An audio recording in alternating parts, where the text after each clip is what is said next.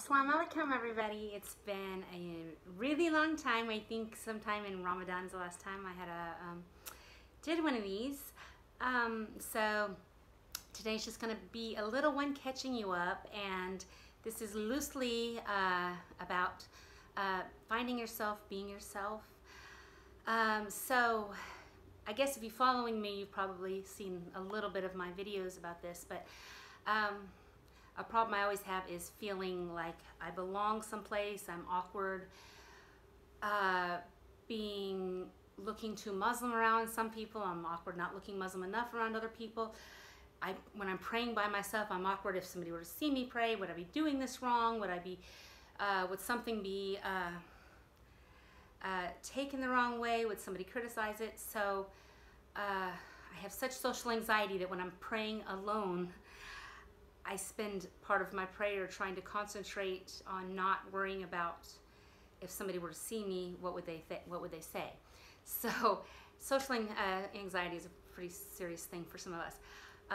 For a long time, before I was Muslim, I used alcohol to alleviate severe social situations because it was the only way I could be somewhat comfortable around people.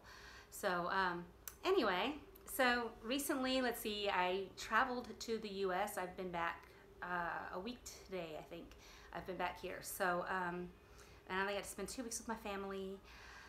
But what I have realized over this past few months, and especially in my travels, is more about being myself.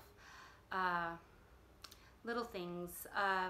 First of all, it's been a thing with me. I love swimming, I love going to the beach, but then I'm like, if I dress in an Islamically acceptable bathing suit, am I outcast? Do I feel like an outsider for wearing that? And then if I'm wearing less clothes to other Muslims, am I looking like one of those people wearing no clothes? And I'm not comfortable wearing like normal, what in the US we would consider normal bathing suit clothes. That would be awkward for me, so I wouldn't wear that anyway.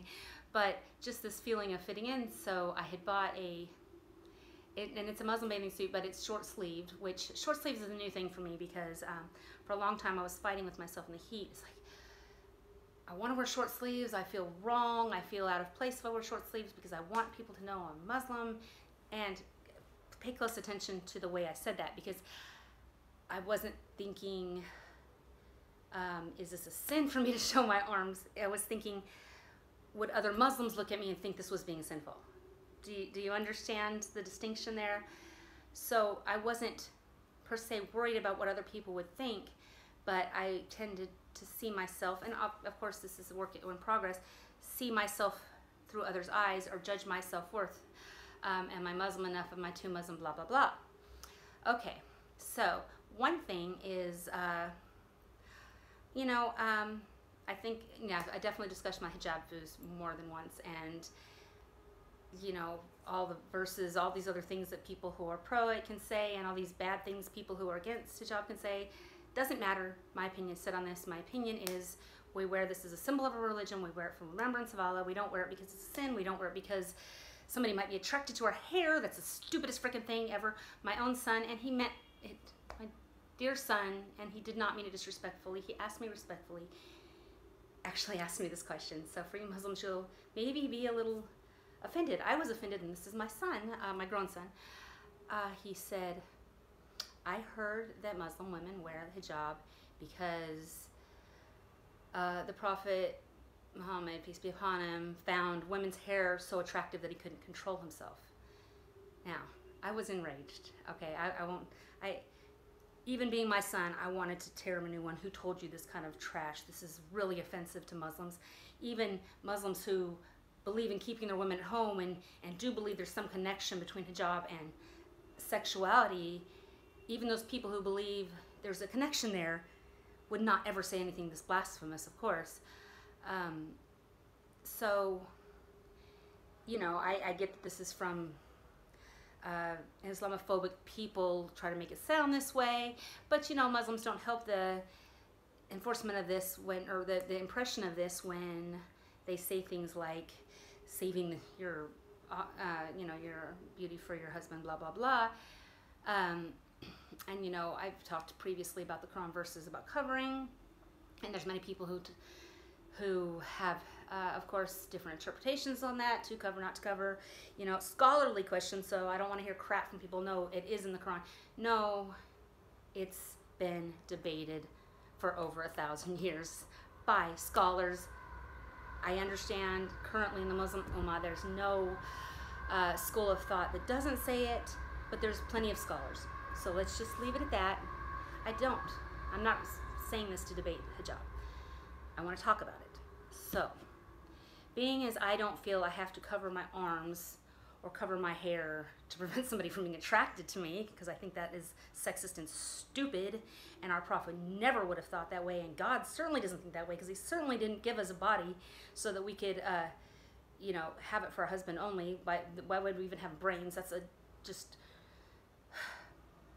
people who think that way bother me. I'm sorry. I'm off track. Okay, so being yourself. Okay. So the times when I wear hijab are the times when I just, for whatever reason, sometimes it's just fashionable. Oh, this looks so cute with this. And that's fashionable. It's okay, I'm Muslim. I'm not appropriating culture. I really am Muslim. So that's okay. And sometimes it's to feel closer to God. Sometimes it's that I feel I need reminding of it more. And sometimes it's just because I'm scared or nervous, and it helps me to, calm down. And sometimes I do want the people around me to know I'm Muslim. If I'm in a place where I think people might behave inappropriate toward me, I really do want to be like, hey, I'm a Muslim. Show some respect. So, because you guys who've never left the country don't know this, but in a lot of countries, they believe Western women are just automatically very loose sexually, and if a woman even talks to you, there's from America or England, there's a hint that they're sexually attracted to you. And I'm not saying all men are like this. I'm just saying there's this idea out there, and there's a lot of men out there who feel that way. And so there's times when you wear it just because you want to shut that down before it even starts. Just like, hey, lay off. I don't want the bullshit. I shouldn't have to do this, but lay off. Because, I shouldn't. Of course, right? People should be respectful of each other's boundaries and not be eyeing people like me. I can't say I've never looked at a man that way, but I at least wouldn't ogle him to his face, straight look him in the eye, and, make him uncomfortable that way. So, lowering my gaze is a problem. I experienced it in life because I appreciate beauty, so that's a different story. So those are the reasons that I would wear hijab. So I always wear a hijab when I travel. I almost always do, to feel connected to God, because I am so anxious when I travel. My anxiety is so high. It's insane. I feel like I'm dying inside. Sometimes planes are the worst, but even just the whole rigmarole around traveling. And I do love traveling, but I hate the experience of traveling. Like the going from place to place, getting there, airplanes, trains. It's not that there's anything wrong with these things. I'm just so anxious that I often miss connections, go the wrong way on trains, and miss meeting a friend. Actually, this last trip, I had a layover in Chicago, and I wanted to meet a woman who was my first Muslim Facebook friend, really, I think, and if not the first, at least one of them. And I always hear her updates about her and her family, and I was really excited. She wanted to meet up with me, and she was going to drive me to the airport for my connecting flight. And again, somehow I missed all the timings, broke my luggage, had a complete breakdown, and didn't end up getting to meet her. And it's really sad because I know that I sabotage myself because of my social anxiety. I'm like, if I meet her, am I Muslim enough for her? Am I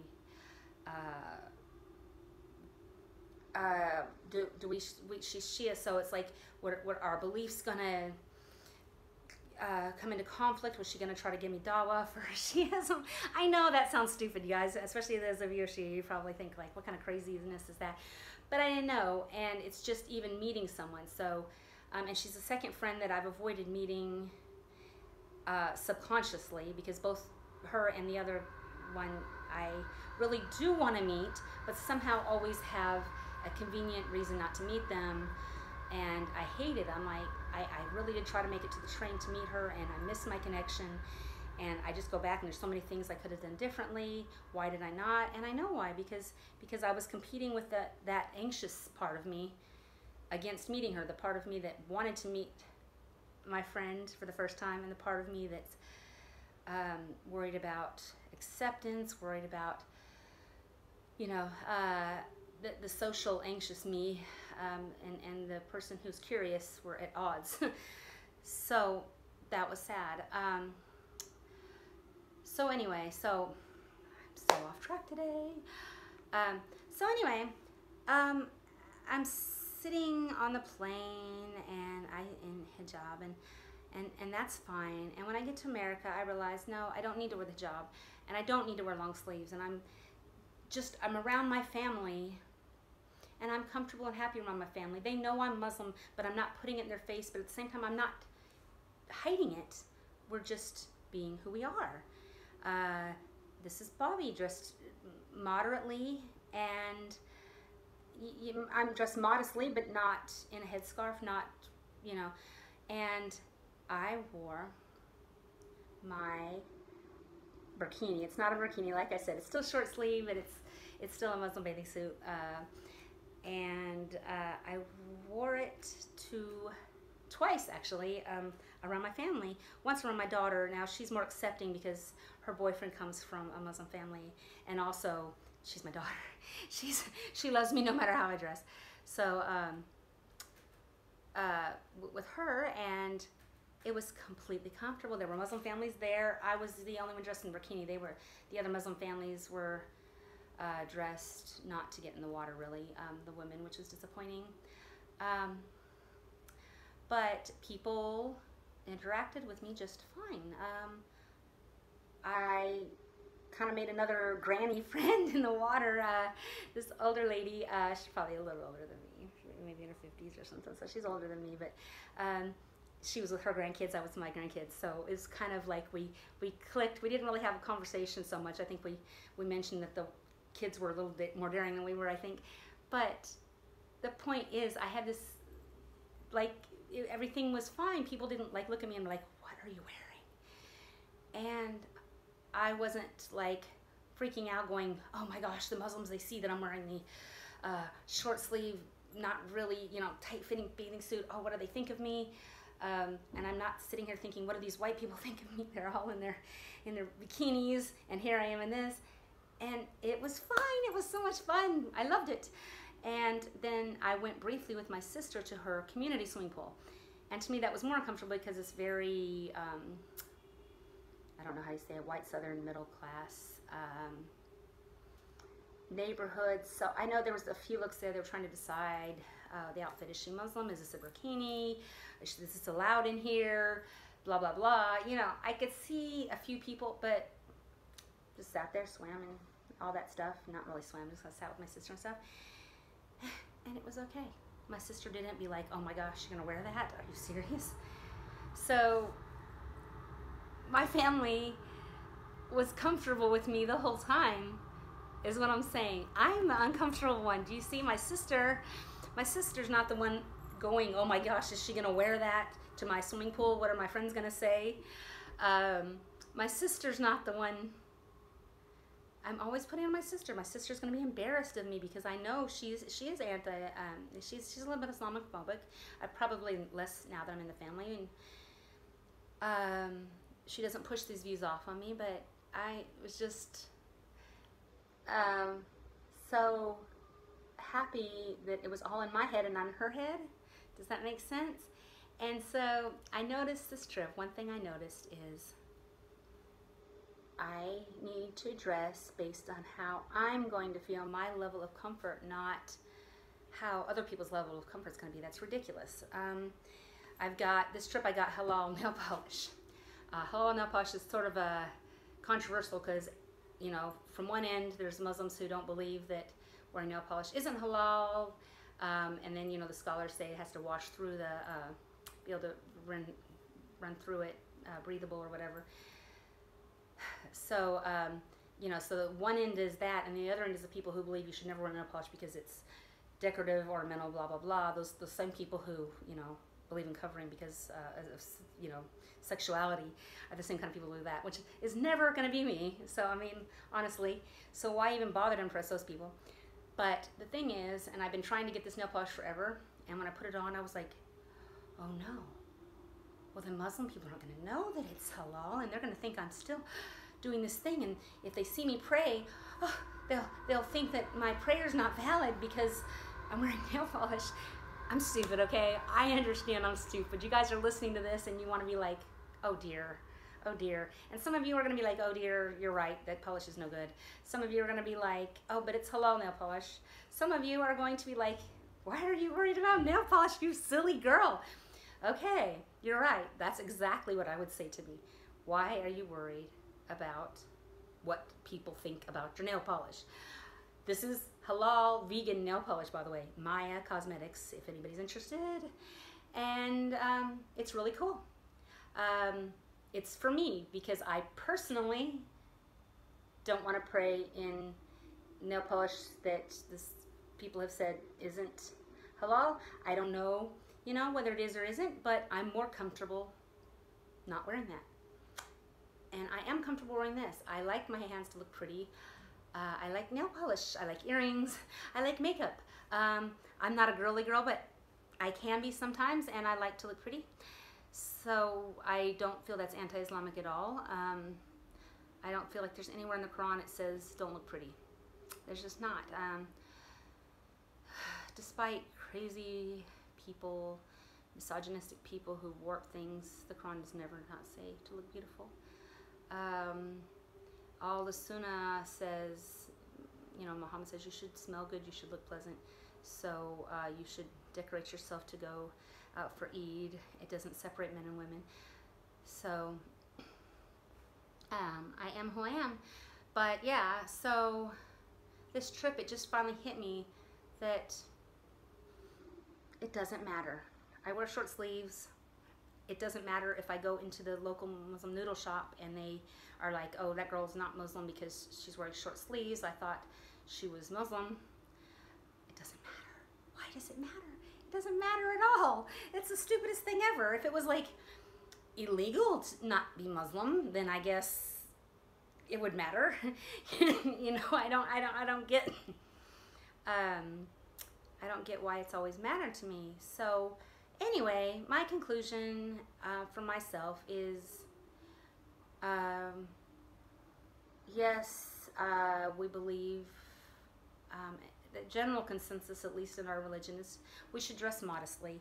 I don't think scholars or anybody needs to dictate that. I think that's dictated within your heart. I don't think that Allah will punish you if you think you're doing right. I just don't. It's a crazy notion to me. And good intentions, remember, Islam is about what you intend. And your intentions matter. If you intend to dress modestly and dress modestly, then that's all you need. So, there you go.